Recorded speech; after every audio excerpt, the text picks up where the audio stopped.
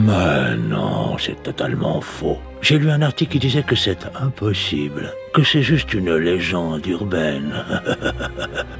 Quelle sombre naïveté. Le fait divers que je vais te conter aujourd'hui n'est pas une légende, mais bien une histoire vraie qui s'est déroulée il y a quelques semaines en Normandie et qui va traumatiser bon nombre de phobiques comme moi.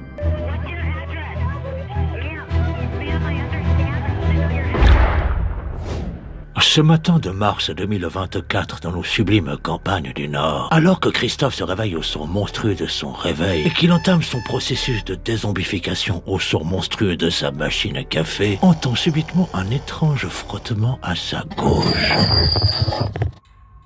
Ne voyant rien, s'apprête à verser son supplément chicorée quand il entend...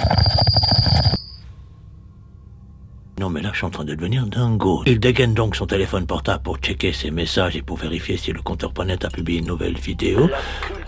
Quand il sent subitement une gêne dans son oreille, il commence à gratter un petit peu le tour et décide d'y introduire son petit doigt. Et alors que celui-ci s'enfonce dans le miel bien gras, entend le frottement qui s'amplifie et se transforme en bourdonnement. Oh putain, je me suis crevé un tympan. Pris de panique, Christophe se précipite sur son téléphone portable et appelle son médecin qui lui donne un rendez-vous 2 jours plus tard. 2 jours plus tard. Assis sur une chaise face à son docteur, Christophe lui explique son problème de bourdonnement qui persiste dans son oreille gauche. Le médecin lui pose 2-3 questions soupçonnant un acouphène, puis attrape sa loupe Zarbi qui fait de la lumière et se penche au-dessus de Christophe. Bon, si c'est pas un acouphène, c'est un bouchon. Mais je pense pas que ce soit le tympan, mais c'est le tympan. Oh putain! Quoi, qu'est-ce qu'il y a? J'ai vu un truc. Quoi? Il y a des pattes. Des pattes? Bon, écoutez, monsieur, je ne peux rien faire pour vous. Donc je vais vous faire une ordonnance et vous allez voir un spécialiste. Et surtout, vous me tenez au courant. Christophe, se sentant oppressé, lui répond oui, merci, mais je... C'est alors qu'en rentrant chez lui, en se demandant si ces derniers jours il n'aurait pas visité une planète sur laquelle il aurait trouvé un œuf qu'il aurait craché un alien pondeur dans l'oreille, arrive chez lui et se précipite sur son ordinateur pour prendre un rendez-vous avec un spécialiste en alien en oreille. En septembre? Bon, on est en mars, je vais pas attendre jusque-là. Ok, je comprends. Merci beaucoup. N'ayant pas obtenu de rendez-vous, Christophe se jette dans sa voiture en direction des urgences de l'hôpital de Rouen. Après une longue attente, les 2 internes qui prennent en charge Christophe sont d'abord surpris par son récit. Des pattes. Puis l'un des internes attrape une loupe Zarbi qui fait de la lumière et se penche au-dessus de Christophe. Ah ouais. L'interne appelle son collègue. Ah ouais. Oh la vache. Christophe commence à s'énerver. Mais il y a quoi?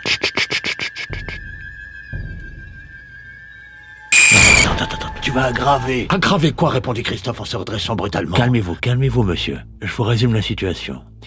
Donc il y a actuellement une araignée dans votre oreille. Elle est sans doute rentrée pendant que vous dormiez. Elle est encore vivante et il semblerait qu'elle soit en train de pondre. On a essayé de l'extraire avec une pince, mais plus on avance, plus elle s'enfonce et ça devient vraiment trop risqué pour vous. On va donc utiliser une autre technique. Quelle technique? Calmez-vous, monsieur. Voilà. Mettez-vous sur le côté. Voilà, bougez pas. Bougez pas, sinon ça va couler partout.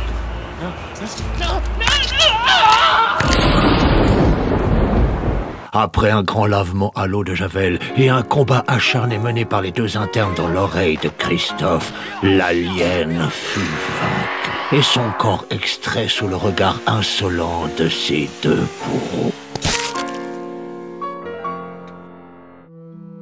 Bien que Christophe gardera un horrible souvenir de ce 1er avril 2024, il est loin de se douter qu'en partageant son expérience, il va faire vivre un horrible avenir aux arachnophobes comme moi. Car non, comme je l'ai dit au début, ceci n'est pas une légende. Ces petites créatures gardiennes de l'enfer aiment pondre dans les oreilles humaines. Et cela se produit beaucoup plus souvent que certains le prétendent.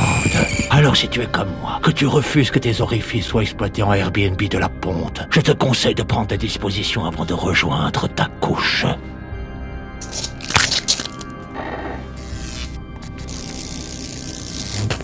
Bonne nuit. Et surtout, bonne chance.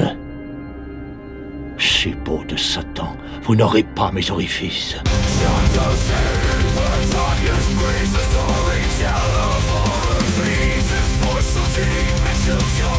His words and